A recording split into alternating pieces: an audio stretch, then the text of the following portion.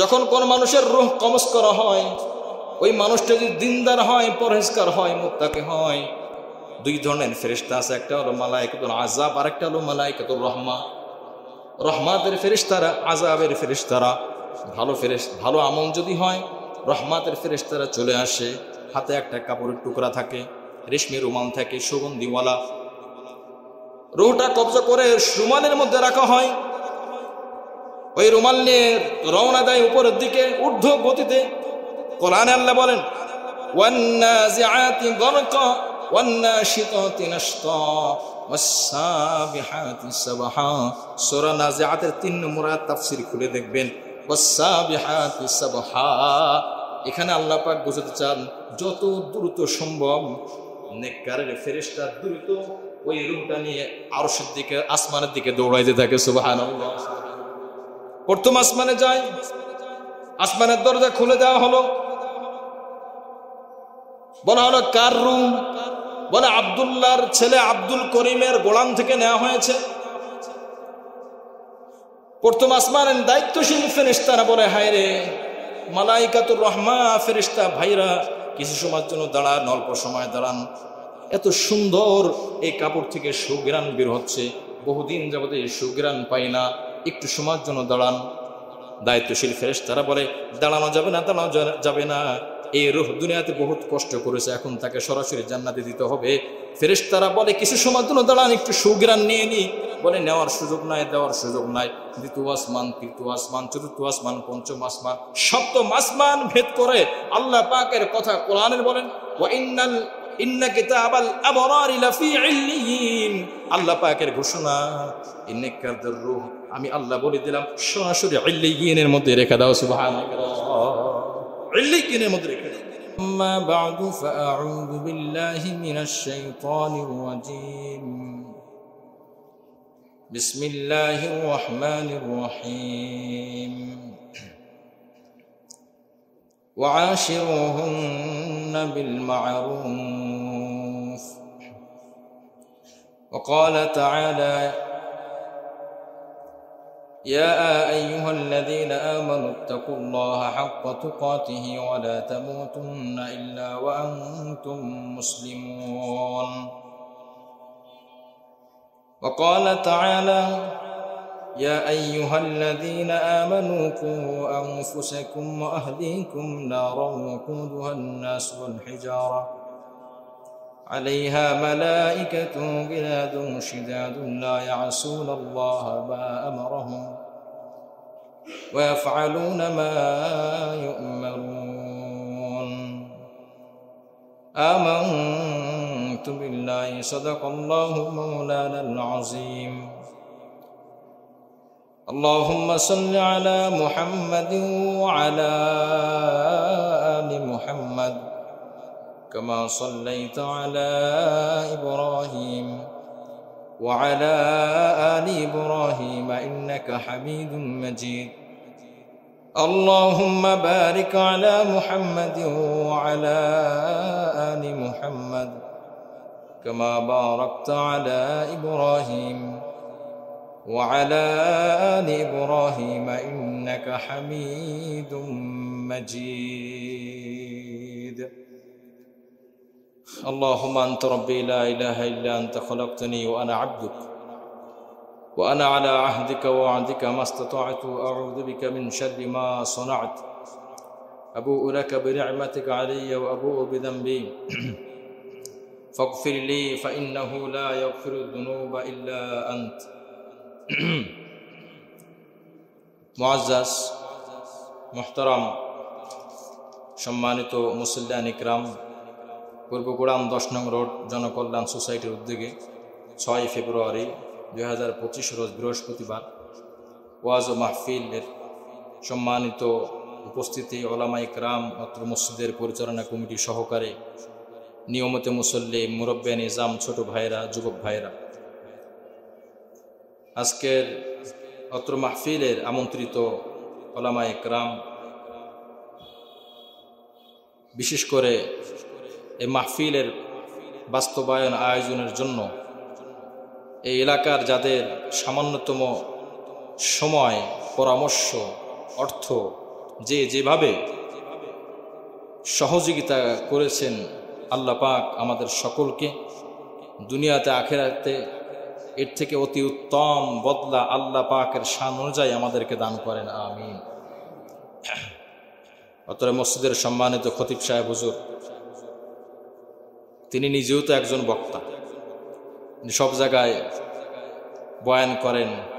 আজকের তিনি হোস্ট। আমরাও এলাকার, আমিও আপনাদের পাশে, আমিও মেহমান তা না, আমিও আপনাদের একজন পার্শ্ববর্তী পড়োশী।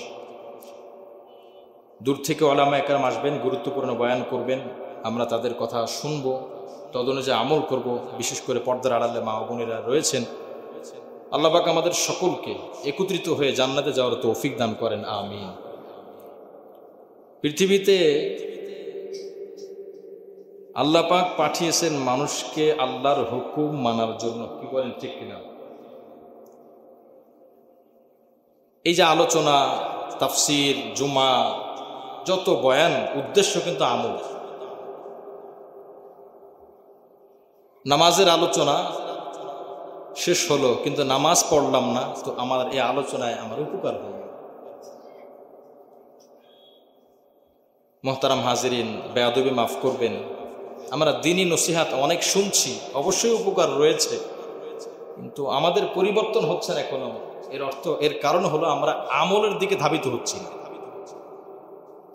একটা ওয়াজ মাহফিল হবে, অর্থ দিচ্ছি, মাশাআল্লাহ ভালো, সময় দিচ্ছি, হুজুরদের খেদমত করছি, হাদিয়া দিচ্ছি, মেহমানদারি করতেছি, সর্বরকমের সাহায্য সহযোগিতা রয়েছে, প্রত্যেকটাই অবশ্যই নেয়ামত এবং নেকি, কিন্তু আমল আমারটা তো আমারই করতে হবে, কি বলেন কথা ঠিক কিনা? আমার আমল তো আরেকজন করলে হবে না। রাসূল করিম সাল্লাল্লাহু আলাইহি ওয়াসাল্লাম তার প্রিয়তমা কন্যাকে বলেন, আমি বাবার আশায় বসে থেকো না, তুমি তোমার আমল তৈরি করো। সন্তান বাবার আশায় বসে থাকলে হবে না, বাবা সন্তানের আশায় বসলে চলবে না, যার যার আমল তার করতে হবে। সম্মিলিত কোনো প্রশ্ন না, ব্যক্তিগত প্রশ্ন। আল্লাহ পাক রব্বুল আলামিন বলেন, ওয়া ইম মিনকুম ইল্লা ওয়ারিদুহা কানা আলা রাব্বিকা হাতমান মাকদিয়া। প্রত্যেক ব্যক্তি আলাদা আলাদা এই পুলসিরাতের পথ পাড়ি দিতে হবে, আলাদা আলাদা। প্রত্যেক ব্যক্তি কবরে যাওয়ার পরে প্রত্যেককে এই একই প্রশ্ন আলাদা করা হবে, মার রাব্বুকা ওমা দীনুকা ওমান নাবিয়ুকা। আমরা সবাই জানি প্রশ্ন, উত্তরও সবার জানা আছে, কিন্তু বলেন তো, আল্লাহর হুকুম না মেনে যদি কেউ কবরে যায়, সে প্রশ্নের উত্তর দিতে পারবে? নামাজ পড়ে না, রোজা রাখে না, হজ করে না, যাকাত দেয় না, আল্লাহর হুকুম মানে না, দিন ইকামতের দিনের প্রচেষ্টা তার ছিল না। কোরআন পড়তে পারে, তাফসীর শুনতে পারে, তাফসীর করে, তাফসীর জানে। মার রব্বুকা, রব্বি আল্লাহ, তোমার রবকে, আমার রব আল্লাহ উত্তর জানে। ওমা দীনুকা, তোমার ধর্ম কি? দীনিয়াল ইসলাম, আমার ধর্ম ইসলাম, সেটাও সে বলতে পারে। ওমান নবিয়ুকা, তোমার নবীকে? নবিয়ুনা মুহাম্মদ সাল্লাল্লাহু আলাইহি ওয়াসাল্লাম, আমার নবী মুহাম্মদ সাল্লাল্লাহু আলাইহি ওয়াসাল্লাম উত্তর দিতে পারে। মুহতারাম হাজিরিন, কবরে যাওয়ার সাথে সাথে ওই মানুষটা যদি আমলদার না হয়, আল্লাহর হুকুম না মেনে কবরে যায়, এই উত্তরগুলো কবরে যাওয়ার সাথে সাথে সব ভুলে যাবে। বুখারীর riwayat, বুখারী শরীফের মধ্যে এসেছে, ইযা মাতাল ইনসান, মানুষ যখন মারা যায়, মানুষের লাশ যখন আত্মীয় স্বজন কাঁধে তোলে, আর ওই ব্যক্তি, ওই মাইয়াত যদি দিনদার হয়, ক্বালাত কদ্দিমুনি কদ্দিমুনি কদ্দিমুনি কদ্দিমুনি, বলতে থাকে আমাকে দ্রুত নিয়ে যাও, দ্রুত নিয়ে যাও, আজিমপুর কবরস্থানে নাও, গোড়ান কবরস্থানে দ্রুত নাও।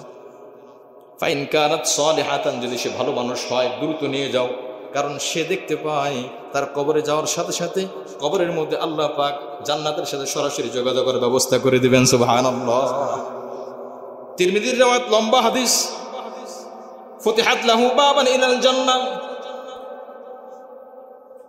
আমরা তো মনে করি কবর, আমরা তো মনে করি মাটি। যখন কোন মানুষের রূহ কবজ করা হয়, ওই মানুষটা যদি দিনদার হয়, পরহেজগার হয়, মুত্তাকি হয়, দুই ধরনের ফেরেশতা আছে, একটা হলো মালায়েকাতুল আযাব আর একটা হলো মালায়েকাতুর রহমা। রহমাতের ফেরেশতারা, আযাবের ফেরেশতারা। ভালো আমল যদি হয় রহমাতের ফেরেশতারা চলে আসে, হাতে একটা কাপড়ের টুকরা থাকে, রেশমি রুমাল থাকে সুগন্ধিওয়ালা, রুহটা কবজা করে রুমালের মধ্যে রাখা হয়। ওই রুমাল নিয়ে রওনা দেয় উপরের দিকে ঊর্ধ্ব গতিতে। কোরআনে আল্লাহ বলেন ওয়ান্নাজিআতি গরকা ওয়ান্নাশিতাতি নাশতা ওয়াসসাবিহাতি সাবহা। সূরা নাজিআতের 3 নম্বর আয়াত তাফসীর খুলে দেখবেন, ওয়াসসাবিহাতি সাবহা। এখানে আল্লাহ পাক বুঝাতে চান যত দ্রুত সম্ভব নেককারের ফেরেশতা দ্রুত ওই রূহটা নিয়ে আরশের দিকে, আসমানের দিকে দৌড়াইতে থাকে। সুবহানাল্লাহ। প্রথম আসমানে যায়, আসমানের দরজা খুলে দেওয়া হলো, বলা হলো কার রূহ? বলে আব্দুল্লাহর ছেলে আব্দুল করিমের গোলাম থেকে নেওয়া হয়েছে।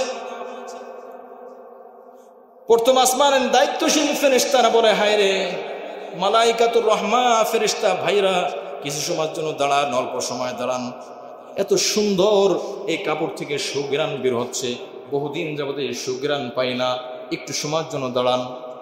দায়িত্বশীল ফেরেশতারা বলে দাঁড়ানো যাবে না, দাঁড়ানো যাবে না, এই রূহ দুনিয়াতে বহুত কষ্ট করেছে, এখন তাকে সরাসরি জান্নাতে দিতে হবে।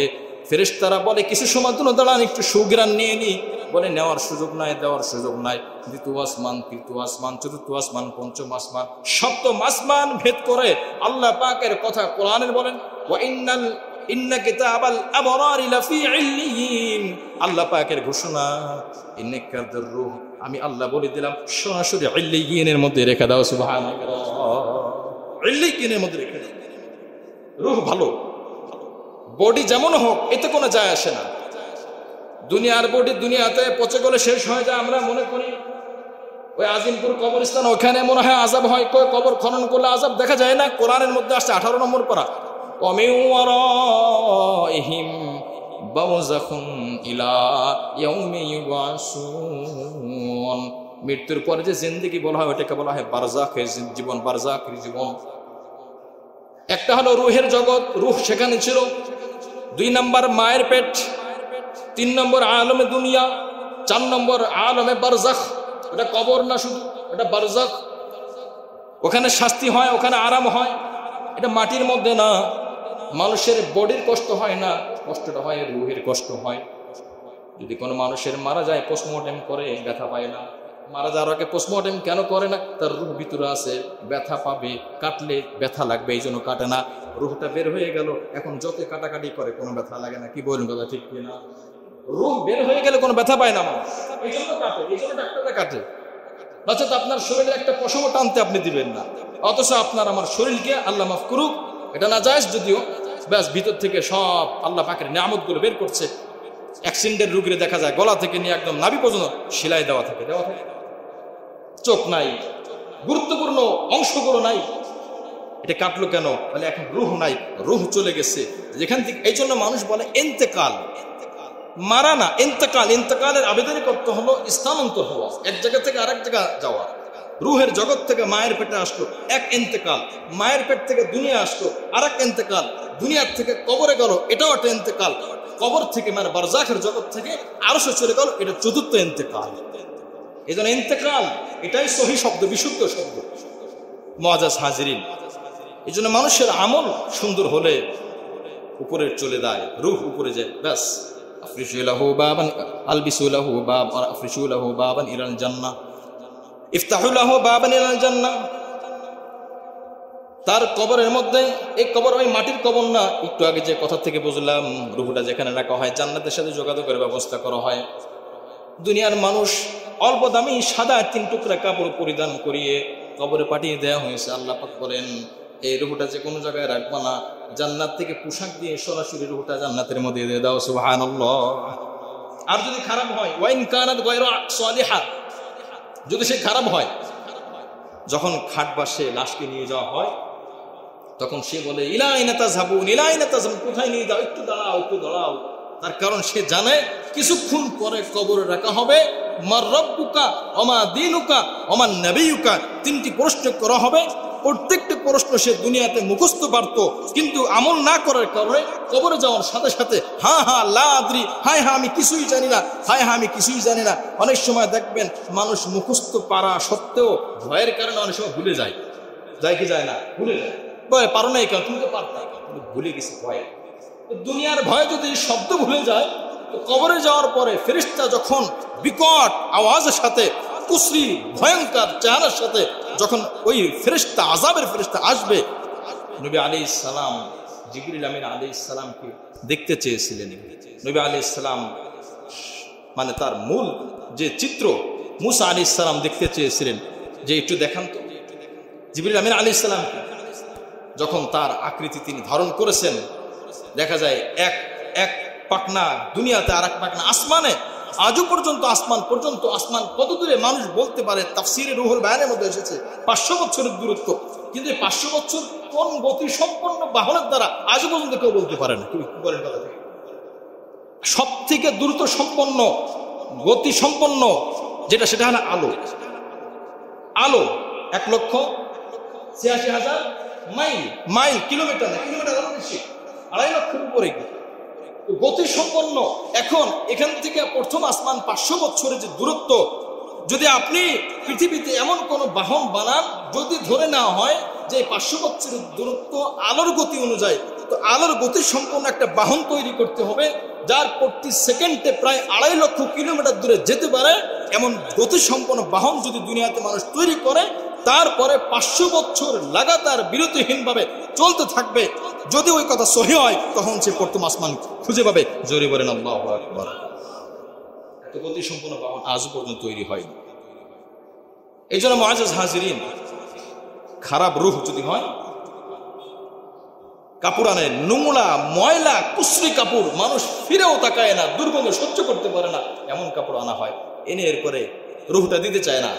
ওয়ান্নাজিআতি গরকা, রূহ সে দিতে চায় না, কারণ সে জানে বডির থেকে যখনই রূহ বের হয়ে যাবে আযাব শুরু হয়ে যাবে। ওয়ান্নাজিআতি গরকা, টান দিয়ে জোরে সজোরে রূহটা বের করা হয়, কাপড়ের মধ্যে রাখা হয়, নোংরা ময়লা কাপড়ের মধ্যে রেখে এরপরে সরাসরি উপরের দিকে নিয়ে যাওয়া হয়। নাকের রুমাল থাকে, ফেরেশতারা দুর্গন্ধ সহ্য করতে পারে না। তিরমিজির রওয়ায়াত, বিশুদ্ধ রওয়ায়াত। প্রথম আসমানে যখন যায়, আসমানের দরজা খোলা হয় না, বলে এত দুর্গন্ধময়, কি এনেছো ও ফেরেশতারা? ফেরেশতারা বলে অমুকের লাশ, অমুকের রূহ এনেছি। আজ প্রথম আসমানে ফেরেশতারা বলে আমরা দরজা খুলতে পারতেছি না, অনুমতি নাই, পারমিশন নাই, দুর্গন্ধ সহ্য করা যায় না, রূহটা দ্রুত এখান থেকে সরিয়ে নিয়ে যাও।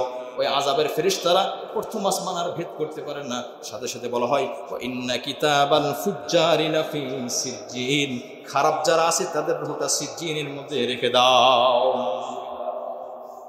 মুআজ্জাজ হাজিরিন, এই জন্য বলতেছিলাম আমরা আমল করব, রাজি আছে তো ইনশাআল্লাহ? স্লোগান, বিপ্লব, মিশন একটাই হোক, যেগুলো ছেড়ে দিয়েছি সেগুলো শুরু করব, আর যেগুলো করতেছি করা উচিত ছিল না ওগুলো ছেড়ে দেবো, রাজি আছি ইনশাআল্লাহ? তাহলেই এই মাহফিল, এই ওয়াজ, জুমার বয়ান, তাফসীর সফল, নচেত আমরা বড় বিপদে পড়ে যাব।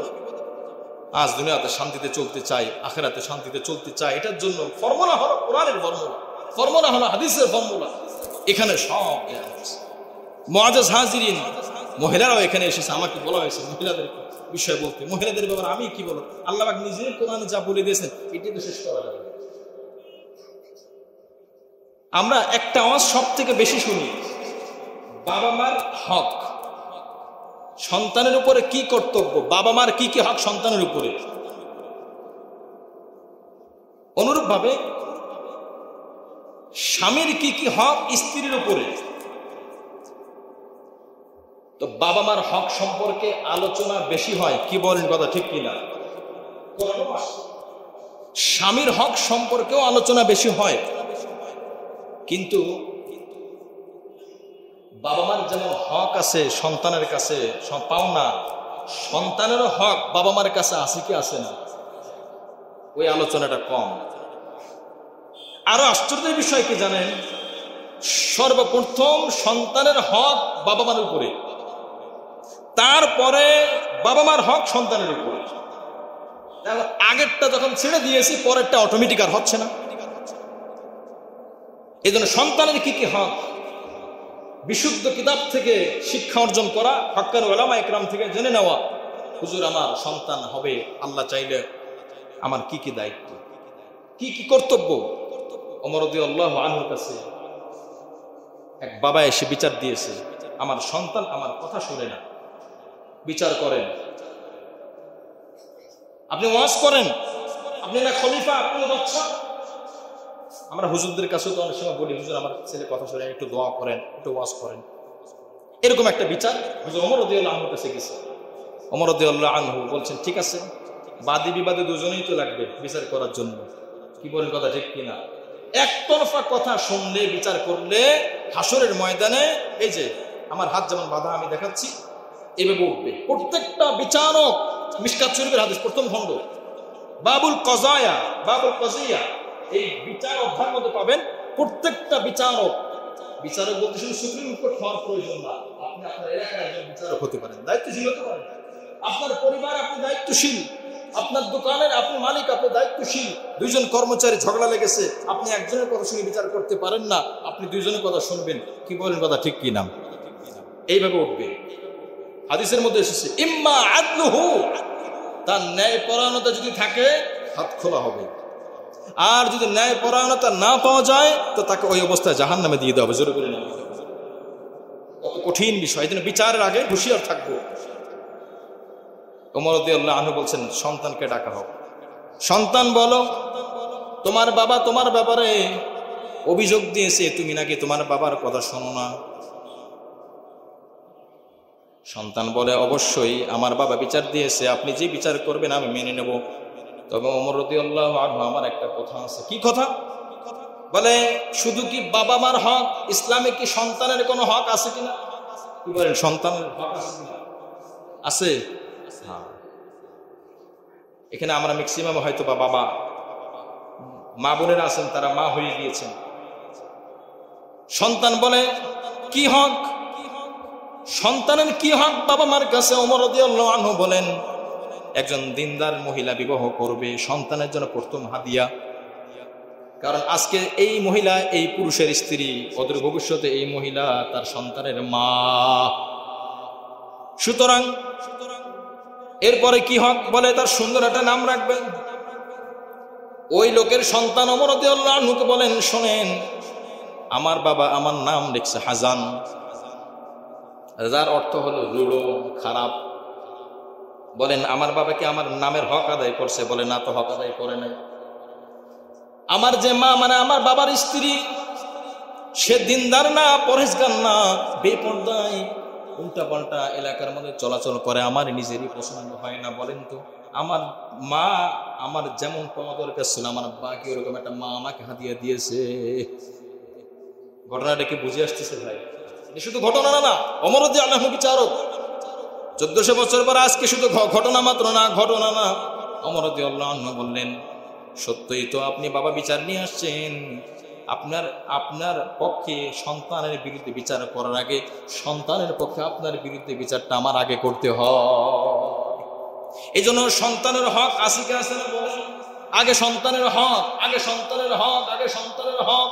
ওই ছোট্ট ছেলে 10 বছর পর্যন্ত নাবালিগ ছিল, রোজা ফরজ না, হজ ফরজ না, যাকাত ফরজ না, কোনো বিধানই ফরজ না। সে গুনাহ করলে গুনাহ লেখা হয় না, নেকি করলে বাবার আমলনামায় দেওয়া হয়, মায়ের আমলনামায় দেওয়া হয়। এই জন্য সন্তানের হকটা সুন্দরভাবে আদায় করব। আদায় করার পরে এরপর ওই সন্তান যদি বাবা মার হক আদায় করে, সন্তান বেঁচে গেল, বাবাও বেঁচে গেল। আর যদি ওই সন্তান বাবা মার হক না আদায় করে, আখিরাতে ওই সন্তান আল্লাহর কাছে ধরা পড়বে।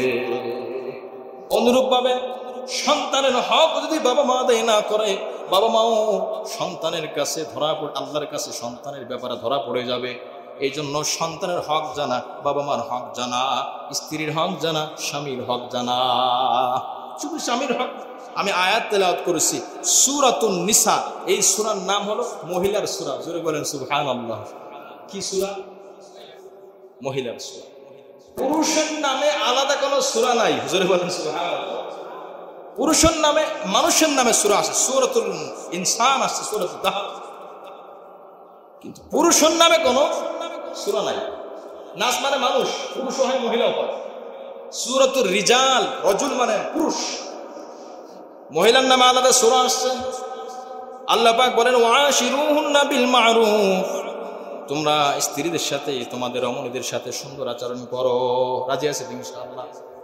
একটা মেয়ের যে কি ফজিলত, আল্লাহ পাক রব্বুল আলামিন বলেন জাহেলি যুগে যখন কোনো কন্যা সন্তান হতো এটা কি বড় খারাপ মনে করা হতো। ওয়াইদা বুশিরা আহাদুহুম বিল উনসা যাল্লা ওয়াজহুহু মুসওয়াদ্দান ওয়া হুয়া কাযীম। যখন কোনো মেয়ে সন্তান হয় বাবার কাছে সংবাদ চলে যায়, ওই বাবা মুখ মলিন হয়ে যায়। জাহেলি যুগের ঘটনা। নবী আলাইহিস সালাম যেই যুগে মেয়েদেরকে জীবিত দাফন করা হতো, আল্লাহর নবী সাল্লাল্লাহু আলাইহি ওয়াসাল্লাম ওই যুগে মেয়েদেরকে সব থেকে সমান অধিকার না সব থেকে বেশি অধিকার দিয়েছেন, সম্মানিত করেছেন। সুবহানাল্লাহ। ও যখন জন্ম হবে তখন কারোর মেয়ে হবে, মেয়ে হিসাবে বাবা মার দায়িত্ব। যখন বিবাহ হয়ে যাবে কারোর স্ত্রী হবে তখন স্বামীর দায়িত্ব। কি বলেন কথা ঠিক কিনা? যখন সন্তান হয়ে যাবে তখন মা হিসাবে বড় ফজিলত। আল জান্নাতু তাহতা আকদামিল উম্মাহাত, আল্লাহ রাসূল বলেন জান্নাত মায়ের পায়ের নিচে পুরুষের জন্য জান্নাত। এমন কোন হাদিস আমরা পাইলাম না বাবার পায়ের নিচে ছেলেদের সন্তানের জন্য জান্নাত। জোরে বলেন সুবহানাল্লাহ। কি পরিমাণ মর্যাদা দিয়েছে। মা হয়ে গেল বাবার মেয়ে হিসাবে সম্মান, ভাই হলে বোন হিসাবে মর্যাদা সম্মান, বিবাহ হয়ে গেলে স্ত্রী হিসাবে সম্মান, বিবাহ হয়ে গেলে স্ত্রী হিসাবে সম্মান, সন্তান হলে মা হিসাবে সন্তান সম্মান। এই জন্য কোরআন হাদিসে আলোচনা করে লম্বা হয়ে যাবে। আল্লাহ রাসূল সাল্লাল্লাহু আলাইহি ওয়াসাল্লাম একটা হাদিসের মধ্যে বলেন, তিরমিজি মুসনাদ আহমদের হাদিস, আকমারুল মুমিনিনা ঈমানান আহসানুহুম খুলুকা, তোমাদের মধ্যে সর্বোত্তম মুমিন হলো যার সর্বোত্তম আখলাক, চরিত্র সুন্দর। জোরে বলেন সুবহানাল্লাহ। যার চরিত্র ভালো সে সবথেকে কি মুমিন বলে? পরিপূর্ণ মুমিন। নাকি বেশি নামাজ পড়লে পরিপূর্ণ মুমিন হওয়া যায়, বেশি রোজা রাখ? না না না, অসংখ্য হাদিস। আকমারুল মুমিনিনা ঈমানান, পরিপূর্ণ ঈমানদার ওই ব্যক্তি যে অন্যের সাথে ভালো আচরণ করে। ভালো আচরণ করবে ইনশাআল্লাহ, আল্লাহ কবুল করেন, আমিন।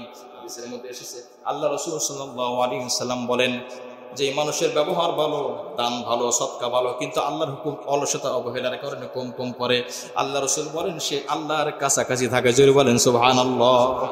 আর যেই মানুষটা দান করে অনেক, সদকা না, যেই মানুষটা ইবাদত অনেক করে কিন্তু সদকা করে না, ভালো ব্যবহার করে না, সুন্দর আচরণ করে না, আল্লাহ রাসূল বলেন সে আল্লাহর থেকে অনেক দূরে চলে যায়।